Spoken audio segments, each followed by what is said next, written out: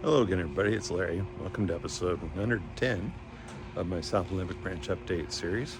We're going to look at our layout, and I'm getting blinded by the celestial lights, the celestial windows in this building with the sun coming right through. But anyway, I'm going to do a overview of the setup of our layout at Lynden. So that'll be first up here. So we're going to start with the Portland Loop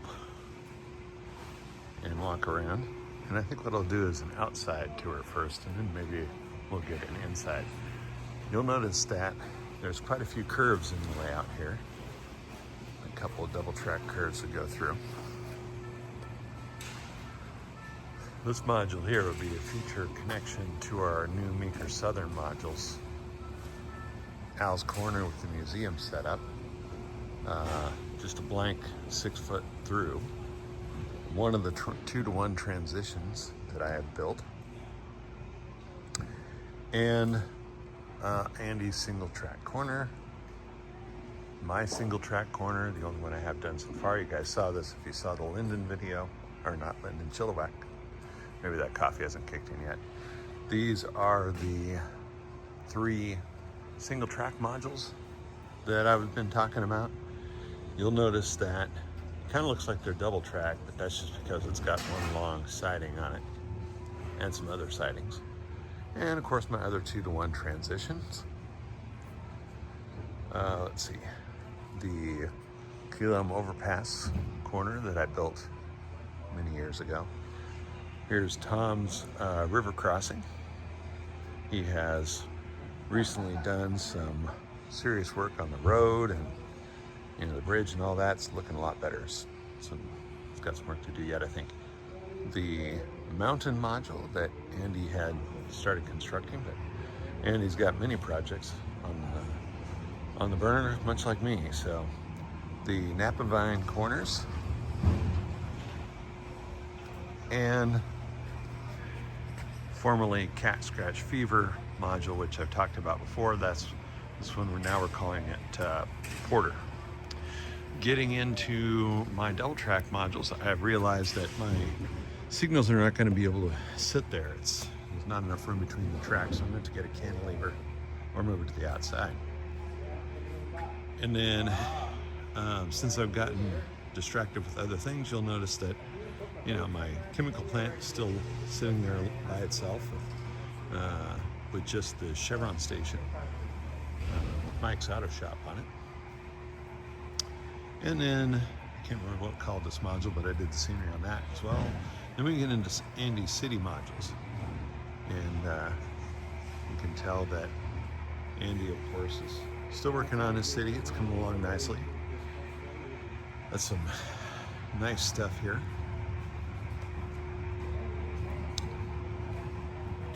Then we get over into the corner that Richard decorated. That's Richard, the guy in the plaid over there. And Tom is setting up the train, I think. And we got Al's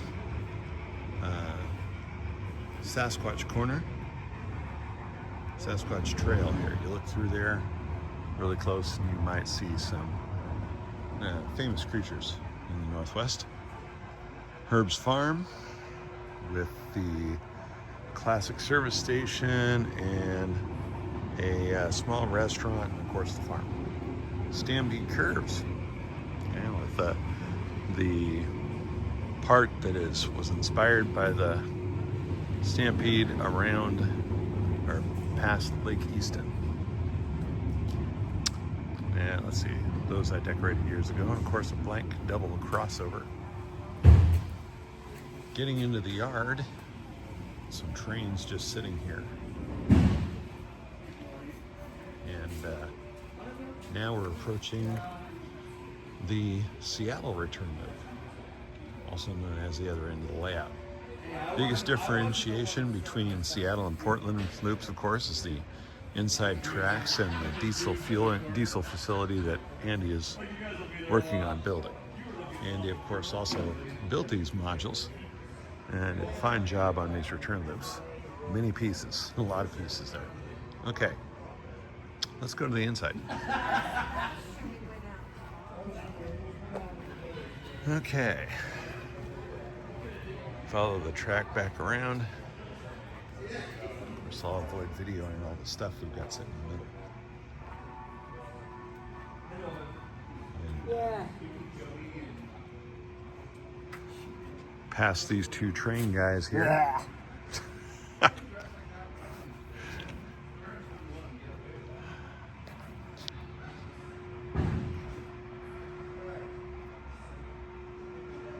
Way over there, we've got Caleb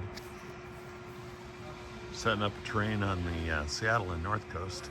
That's the portable layout that the Boeing group has. Hey, Caleb. No, it looks like Caleb. Never mind. Looks like he's got his headphones in, so he's tuned out. Anyway, other side of Andy City modules.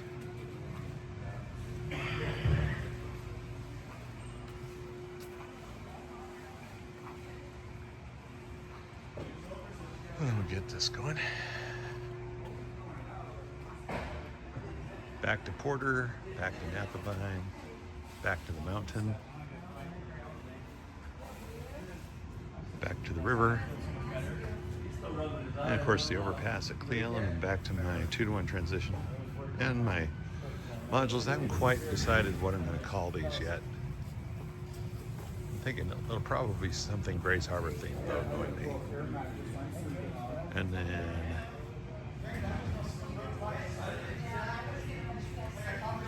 the other side of Al's museum module. So the idea with this is that there'll be a module that'll have a siding or branch off of it that'll come out here this way, and then this is a 24-inch end plate for a single track modules that come out that way.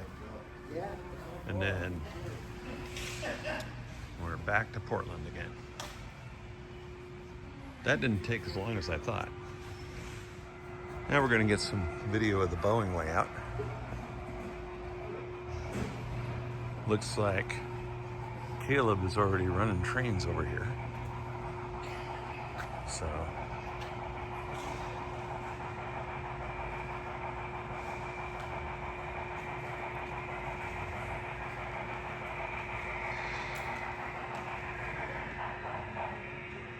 oh sure, just like in real life, the train stops as soon as you start videoing it.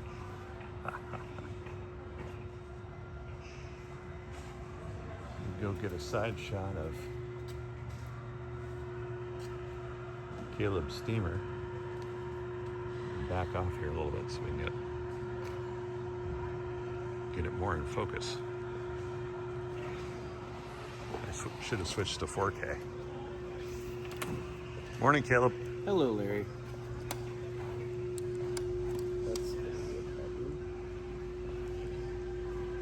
I'm sure you'll figure it out.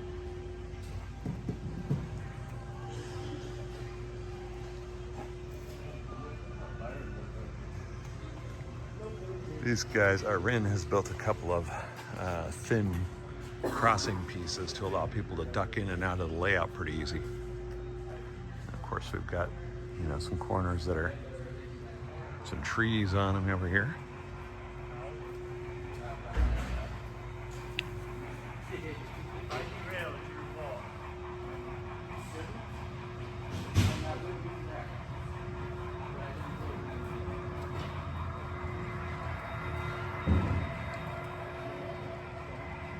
I'm guessing those BNSF green there, those are probably Travis's Indians.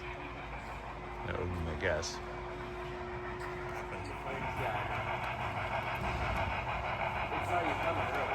Yeah, I know you stopped. It was like, oh, that's just like real life when I go to take video of a real train. Same thing happens.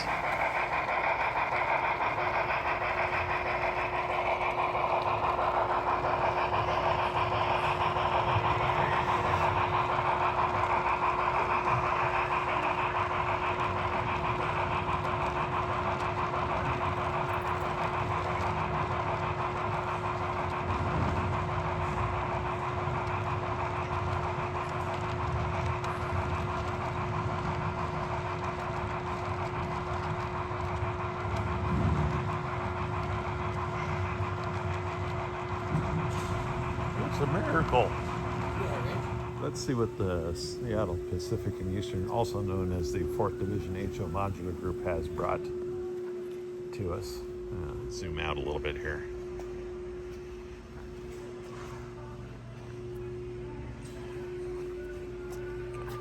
They have been working on a new yard to replace the yard that's been around for a long time. Brian's been working on some background pieces for the inner city modules.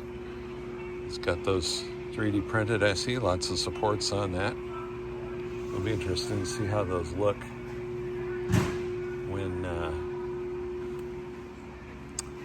it's further down the line. Also some cement around the buildings here. I think this is Norman's module, if I'm not mistaken. And then, of course, the classic corners with their removable tops so they can be stored in a more shallow way on the for the travel. And this would be Brian's modules. I don't really see anything new-ish here, but Brian's modules always look good. Then we have Lou and Bruce's modules. They're port modules. Several videos ago, I probably should dig it up and tag it. I visited the UP terminal down in Harbor Island in Seattle and got some video of the actual Alaska Ferry, which when I first saw this, I'll be honest, I'll say, I didn't really think that was something that was a real thing, but it actually is. And then I found out that one of Bruce and Lou's relatives, I think it's one of his kids, actually worked on that. Anyway, we're at the end of the Seattle Pacific and Eastern. We're back to where we started. Take a quick look at the Canadian Toy Train Association.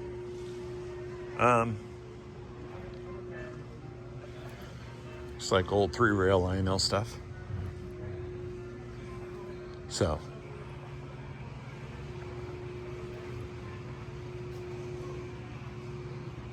those guys, I think these guys set up really quick, but of course they got bigger stuff and they just put them up on tables real quick, and they're usually gone before we get anything done. So let's see. Let's look at this setup over here, which I don't see a sign for. Not trying to throw stones here, as we don't really have good signage on our layout yet either. We're working on that. But it's somebody's circus setup, which is kind of neat to see. Have to bug back over here, see if we can get a different view of the magic. Looks like we're running HO scale stuff. I apologize for getting here when nothing was going on. I was trying to get some video yesterday, but did not get away from the layout for long enough to go do that. Okay, let's buzz the Moose Creek layout. Looks like the power's on, but I don't see anybody around. There's lots and lots and lots of details. I think these guys won the layout vote, but they always do.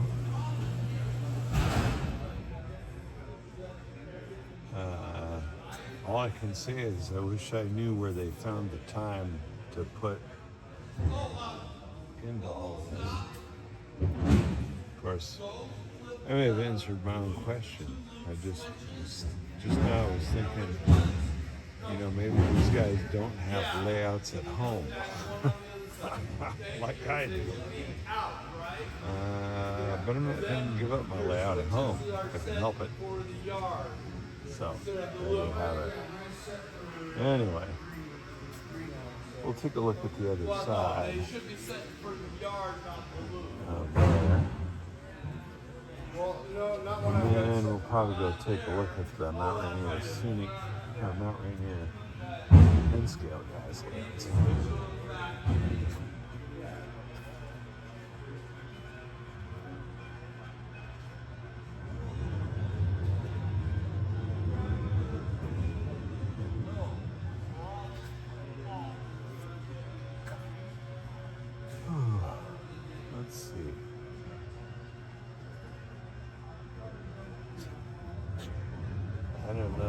guys are always working.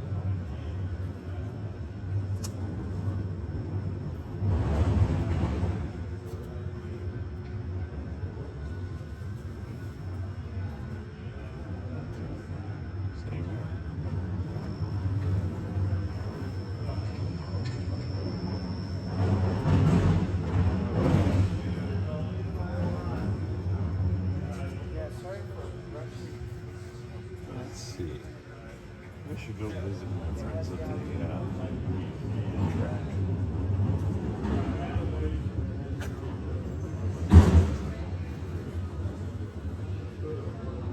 Well, I don't see Kurt or Al. Oops.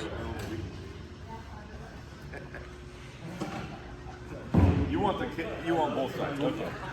Both sides. So you want Morning, to see. morning, So guys. you can cut them out on both How's sides. it going? But I put all the panels with the doors back. Cut out the back. These kits are amazing. I think that was kind of just. Except they ran out of roofing pieces. And had to piece some together that I cut off to make the length grow. I wouldn't have gone to these ones. You guys know how to do a reset? Yeah. The N-Track guys do some nice stuff too. My friends Kurt and Dennis, Al, are all in this group. Speaking of Al, there's Al Lowe's Pure Oil modules. It looks like box and crate. And, oh, I know Mike Donnelly too, Merrill Park. It's a nice little module. Okay. Let's see. On Al's part. Yeah, this is Al's part. Okay, we'll do that. Okay, we need. Scott's Corner, also created by Al. I think that module's been around for a bit. Where'd the one go that goes in there? No, you get stuck back in there. And Not unless, no, it's not that. No. Houston by Doug. Controller that was here. It's in the toolbox. Okay, this is the Puget Sound Garden Railroad Society layout. They got a couple of yards. I didn't realize they had 2 yards, but you know, you could fit 30 of our trains in that space. It looks like I'm not the only one who opted for one of these higher chairs. Let's see.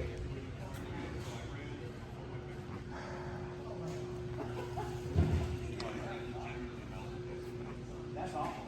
I'm sure you're laughing. That's awful. That's expensive. I'm sure it did.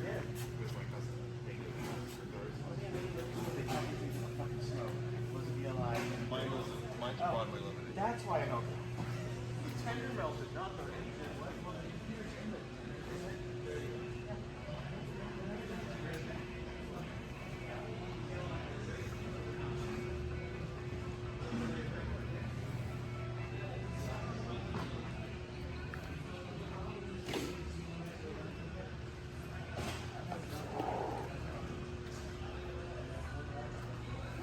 Morning.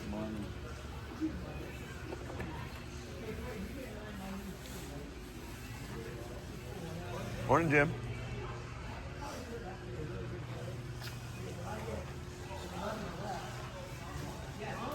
And then we're at the end of this one.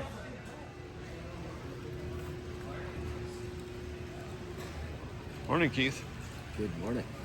Man, the that light, the sun coming through those celestial windows is getting me.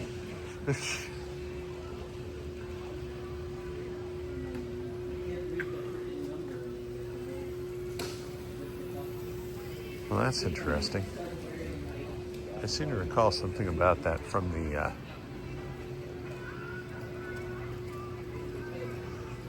Pasco convention. Oh, looks like they got some brand new modules. These are T-Track, as I understand it. And no, I don't know what that means, but you could probably find it online.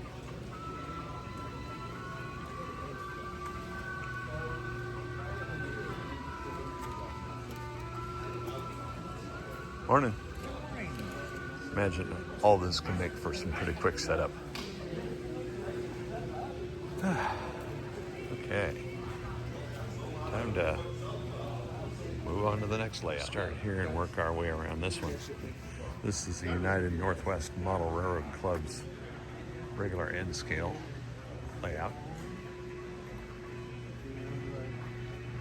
Go 7.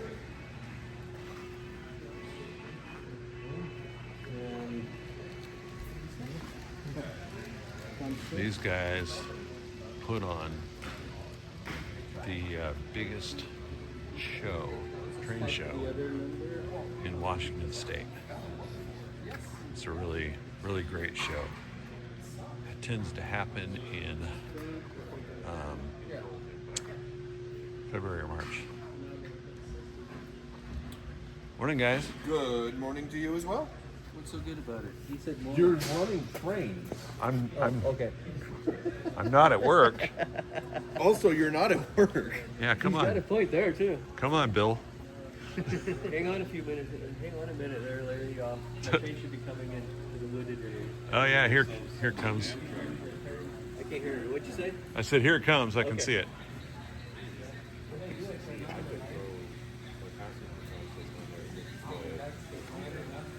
Looks like it's coming around the outside.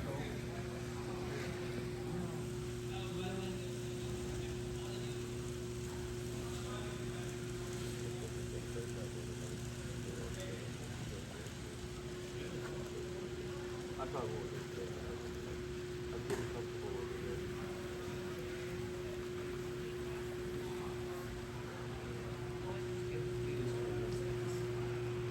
I call it only viable.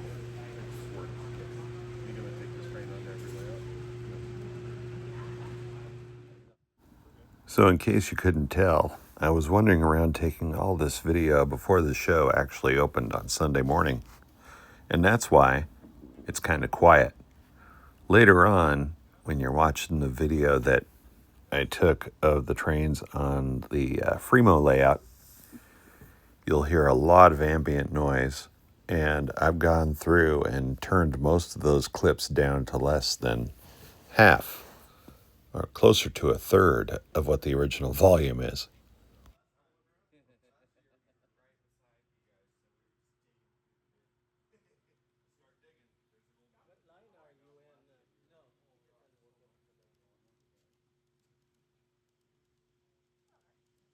That's a pickle. I can't. From where I'm at, I can't switch and actually get on the. Oh, here's the one behind it. Yeah, no kidding. There's one coming right behind They're this gonna one. make it? I can see that.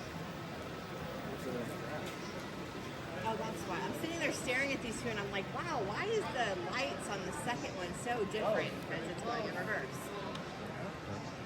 Except this one doesn't have tail lights. Oh, because it's not going in reverse. It's how I have them set, so Yeah, the lights are always in the front. Yeah, it depends. If those are Katos. Right. And I finally figured out how to identify that Yep. marking. And that generation of Kato, It's almost can- to the end. you can get a Tsunami soundtracks Lunami, which is a Bluetooth enabled decoder, Okay. And that allows you to basically change settings on them on the fly. Hey, Fred. And here comes Fred's train, led by the Southern Pacific E unit. That looks like it's decorated for passenger service, but what the heck. Oh. We're just letting Fred go through. But I just need to have Fred stop so that he doesn't short out the loop. Yeah.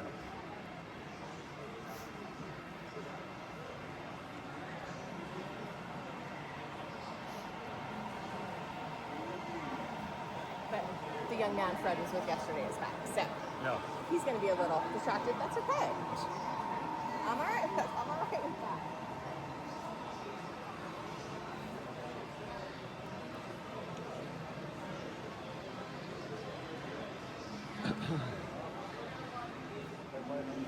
I don't. Zero. There we go. There we go. There was no zero. There's a light Oh, and yeah. F's. And I don't think, It's okay. I can't figure out, I know this one has horn. Yeah. Okay. Try hitting F8.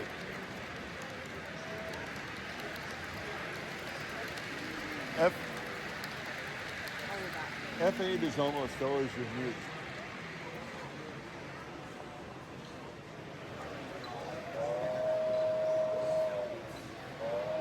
You have both Karina and Fred that are going to be. Brandon had done some work on his Santa Fe steam locomotive here. I don't know what, but he was just out testing it.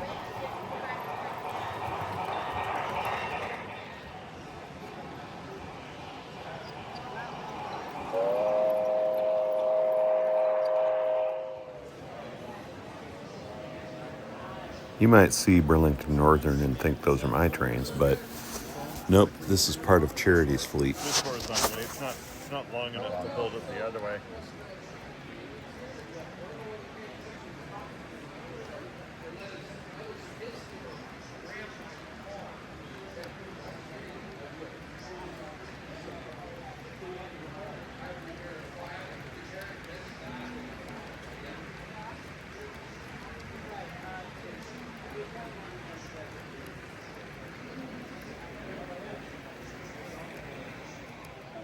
And there's nobody coming behind you, so you should be good. How you guys doing today? Good, how are you? All right. Enjoying the show, it seems? Yes. Cool. Are you? You got some little animals?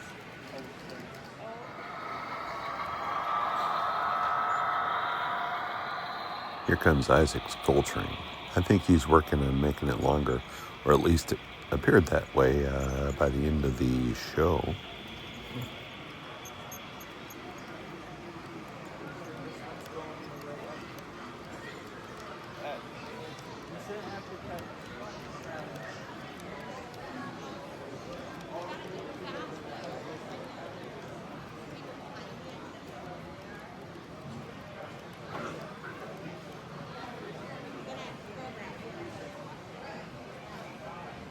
On my current load, because I sat right on the railroad. I didn't really run much in the way of trains at all at the show, but the modules performed well. So now I just need to fix some things and get the industries on here, and we'll have some cool switching.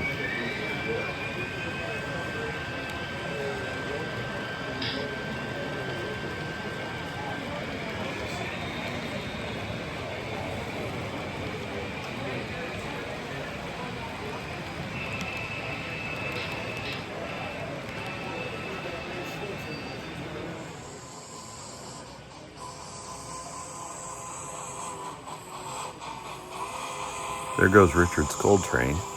That unit would be a Broadway Limited.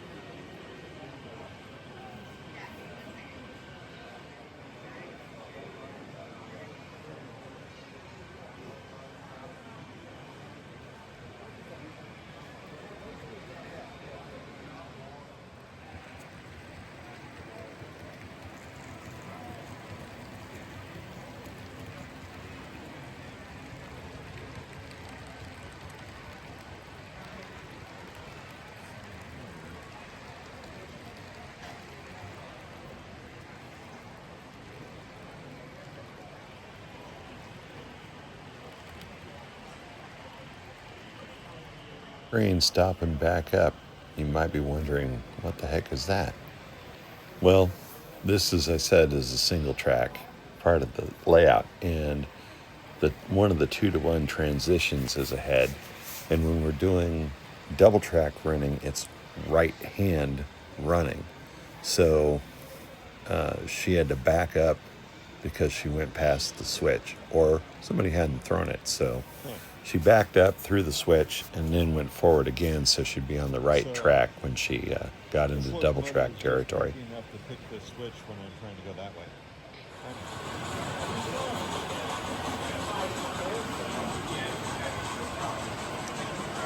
Tell everyone on the view says this is Wayland Hanks Excursion. I'm sorry? Call it, this is Wayland Hanks' Excursion. Okay. Go ahead. Well, you could say that. This is my excursion called the Wayland Hanks Excursion. Okay. You got it. You know, the show closed at 4 p.m. on Sunday. We had a great show, and I decided that I'd put a few tank cars behind my Broadway Limited Jeep 35 and tow it around the layout a little bit. So sit back and enjoy. If you pay close attention in the background, you can see some people that are just starting to put stuff away as the mad dash home begins.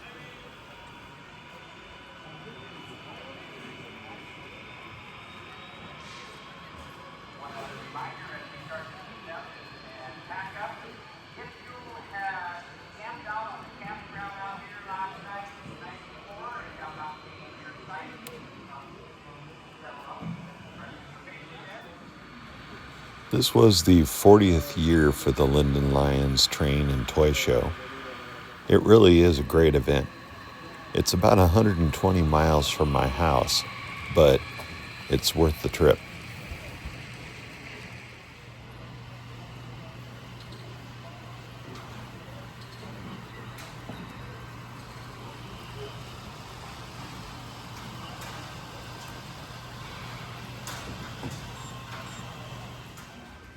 Thanks for joining me for this episode, and until next time, take care and have fun with your trains out there.